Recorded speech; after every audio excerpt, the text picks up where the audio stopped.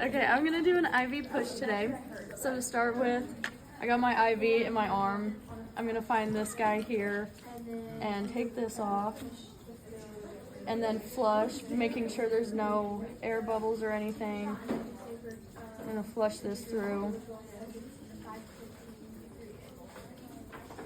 I'm gonna chart how much I flush through before I put the medication. I'm gonna take it off, put this part back on, and then I'm gonna get the medication. Make sure there's no air bubbles or anything. And then I'm gonna push it in, but I'm gonna go slow. I'm gonna take at least a minute to push this all through, just so we don't get a weird reaction or anything. And then I'm gonna take another push or another flush, and I'm gonna slowly flush it through. There's nothing else in this syringe, but I'm gonna slowly flush it through because there is still some medication in the line here, and I don't wanna like flood the veins with medication. And that's how I would do an IV push. I would make sure I put how much I flushed through before and after, how the patient tolerated it, what medication I put in, the lot number, the expiration date, all of that good stuff. And yeah, I think that's it. Hello, today I'm going to be doing the drawing up medication into a 3cc syringe. I'm just going to use some sterile water here, and I got my 3 milliliter syringe. So I'm going to start by cleaning the top off with an alcohol wipe after applying gloves and doing hand hygiene.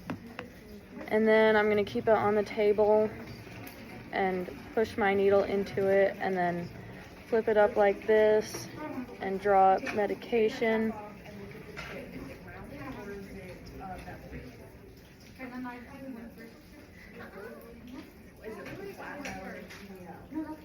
And after, I'm going to flip it back over so it doesn't squirt out at me. And then I'm going to use the safety cap to close the needle off, and then I'll remove this needle, put on a new one. For example, I would put on a new needle, a clean one, so that we're not using a needle that went into a vial and then it's going into a patient. So for my intramuscular injection, I'm going to be using a 3 milliliter syringe for this part. I'm going to use some sterile water just as a demonstration. And to begin, these will be unopened. I will wash my hands, put some gloves on. I'm going to clean the top of this with some alcohol. And I'm going to start by holding this onto the table, putting my needle in, flipping it upside down, and drawing my medication out. I'm just going to do 1 milliliter. And then I would change my needle so that we don't use the same needle that goes into the vial as into the patient. And then, as for the patient here, I'm going to measure, and then I'll clean, obviously with doing good hand hygiene. And then I'm going to find the spot, put my needle in, and then inject it. It's kind of hard to do this at this angle. And then I would inject it and pull it out. Band-aid. Make sure sharps are contained. And then for documentation, I would make sure to document how the patient tolerated it, what arm, what medication, lot number,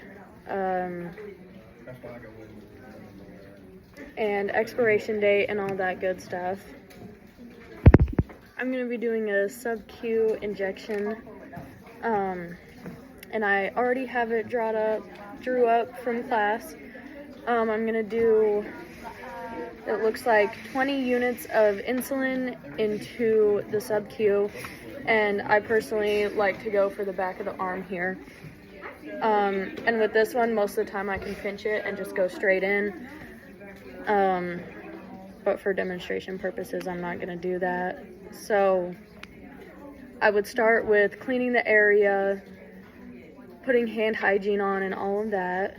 And then I would go in at an angle, about 45 degrees.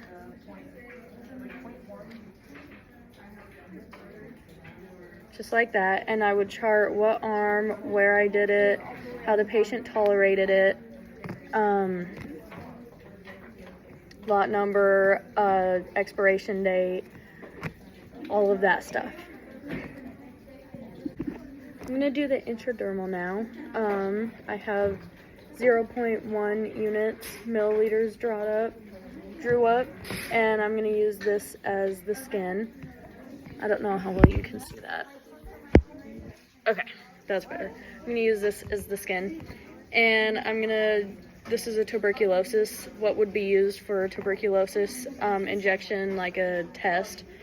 And so first I would do hand hygiene, then I would draw up my solution, and then I would come in, explain the procedure, hand hygiene, clean the skin with an alcohol swab.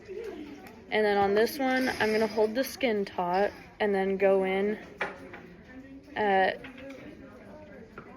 a pretty small angle. No, well, so I thought the reconstituting was... Making sure my bevel is up.